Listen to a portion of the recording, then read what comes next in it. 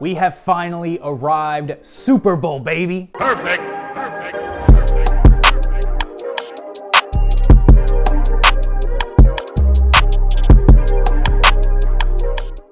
So if you're a longtime viewer of the channel, you know over the last few years, my system has been just a point system. I go position group by position group ranking, and then at the very end, figure out what that point total is gonna be and my pick. So far, this system hasn't done me wrong. Last 3 years, I've gotten the correct Super Bowl prediction for each game. So hopefully, fingers crossed, that track continues. So looking forward to it, and without further ado, let's just hop into it, starting off with our quarterbacks. So looking at both of these quarterbacks, first things first, you've got Jalen Hurts, who had an NFL MVP level season, a terrific number of touchdowns, was a huge contributor in the running attack, and even when he was not on the field, the Eagles absolutely felt his presence, losing both of those games. So Jalen Hurts, a huge factor for the Philadelphia Eagles. However, on the other sideline is arguably the best quarterback in the NFL as we speak. My pick for the NFL MVP in Patrick Mahomes. So gonna have to give that one up to the Kansas City Chiefs, give them a point for quarterback. Next position group, running back. This one is gonna be a bit of an easier nod. I'm gonna give this one to the Philadelphia Eagles between Kenneth Gainwell and Miles Sanders, as well as the obvious rushing ability of Jalen Hurts. The Philadelphia Eagles post the 5th best rushing attack in the NFL. So give a point to the Eagles. At wide receiver, how do you beat, and I'm sure a number of teams have been trying to figure this out all year, and the Kansas City Chiefs are absolutely trying to figure this out. How do you beat A.J. Brown and the Heisman winner, Devontae Smith? He's developed into a great NFL player. Obviously, A.J. Brown, not much needs to be said about his greatness. So for that reason, I mean, Kansas City has some very respectable receivers, Kadarius Toney, Juju Smith-Schuster, Marquez Valdez-Scantling. However, 2 Pro Bowlers on one side, no Pro Bowlers on the other. Give me the Philadelphia Eagles, snag a point. Now, checking out our tight end position, you've got the best tight end currently in the NFL on Kansas City. You've got Kelce. And on the other sideline, very respectable, a very solid contributor for these Philadelphia Eagles, this offense, in Dallas Goedert. But I mean, hats off, you got to give it to the Chiefs here, snagging a point. So the offensive line debate, Philadelphia has a number of really big, I mean, even household level names, especially if you're a football fan. They've got a number of really good offensive weapons, of course, Lane Johnson, Jordan Mailata, and of course, Jason Kelce, among a number of other very solid and savvy players. However, the numbers don't lie, and on the season, they allowed Jalen Hurts to be one of the top 10 most sacked quarterbacks in the NFL. Even after missing 2 games, he probably would have been a little bit higher on the list. He got sacked 38 times this past season versus what Patrick Mahomes dealt with, being sacked only 26 times. Now, I'm sure there's a number of other factors that are really indicative that go further into the analysis of the offensive line, but that's just such a big margin. That's a 12 sack margin in general. So I'm going to be giving the nod here to the Kansas City Chiefs, although they've got a tall task ahead of them dealing with the Philadelphia Eagles defensive line, excuse me. And not so smooth transition. Moving on to the defensive side of the football, the Philadelphia Eagles defensive line absolutely sweeps here. They were the #1 pass rush in the NFL, leading the league in sacks, 4 10-plus sack pass rushers. And honestly, Hassan Reddick was a major addition for them this offseason. Over 15 sacks. If I'm not mistaken, he had 16 and a half sacks this past season.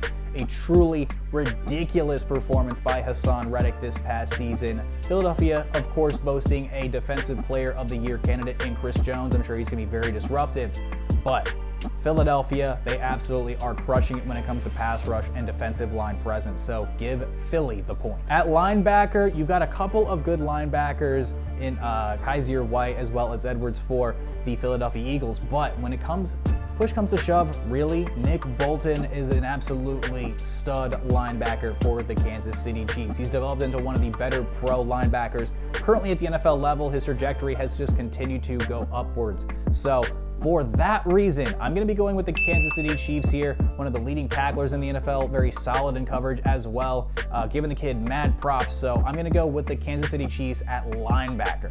And then third position group for the defensive backs, your secondary, Philadelphia, the number one pass rush, as well as the number one secondary in the NFL. Number one in passing defense, allowing the least amount of yards to their opponents so far this past season. The Philadelphia Eagles have been able to shut down and slow down opponents' passing games, So for that reason, Philadelphia gets an absolutely major point against one of the NFL's best passing attacks with the Kansas City Chiefs. So offense and defense out of the way, currently the score is tied 4-4, but we've still got plenty of categories to go here.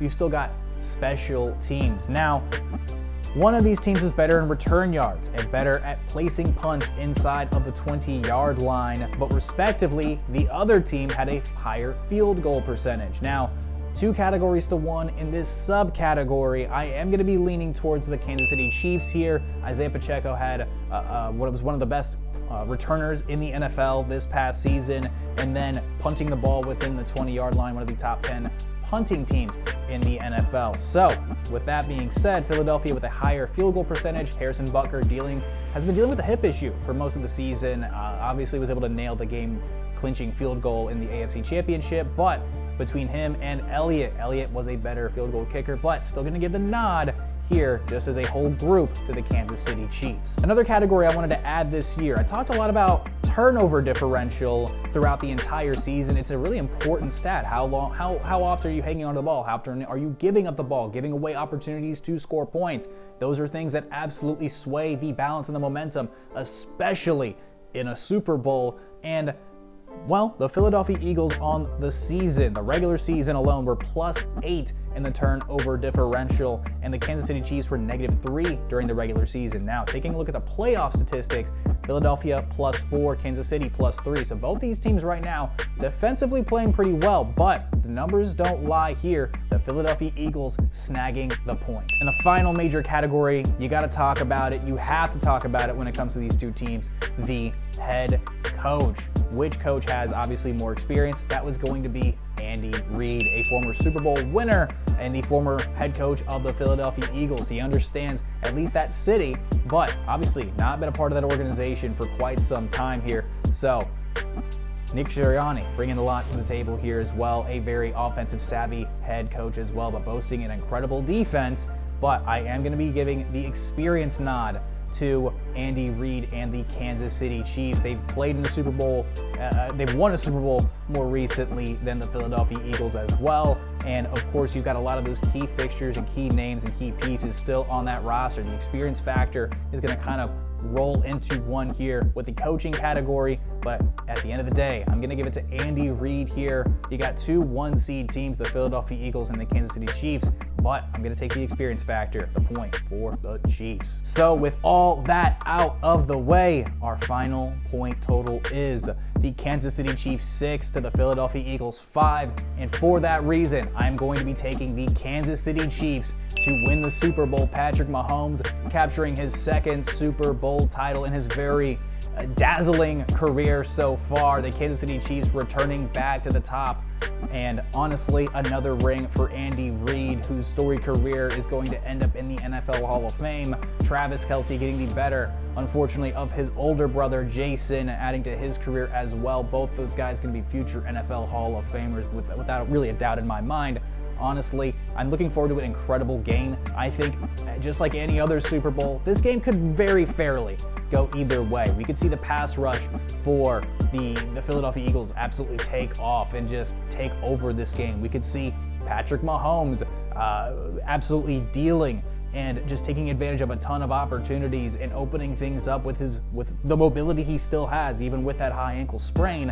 And man, I'm just looking forward to a really exciting, a really good game. I think this has all the makings of a future classic built into it. You've got 2 1-seeds, you've got the brothers, you've got the head coach against his former city, you've got a young upstart and very exciting offense for the Philadelphia Eagles. You've got a guy trying to make his legacy while he's still very young in Patrick Mahomes. I mean, there's a lot of great angles that we can look at, and honestly, we're only a few days away. I'm incredibly excited to see who is going to win the Super Bowl. I'm sure you're excited, and if you watched so far this entire season, thank you so much for watching. all of the content. Of course, feel free to stick around with us through the entire offseason. Love free agency, love the NFL draft. And we're talking about all sorts of things. What do teams need to do to rebuild and come back even better? We're going to be talking about all sorts of stuff this offseason. So I appreciate you watching this video. Feel free to check out some more content now or in the future. Like, comment, share, subscribe, get the bell on to know every single time I'm dropping a video. My name's Tristan Blake Rines. I'm going to catch you in the next one. Adios.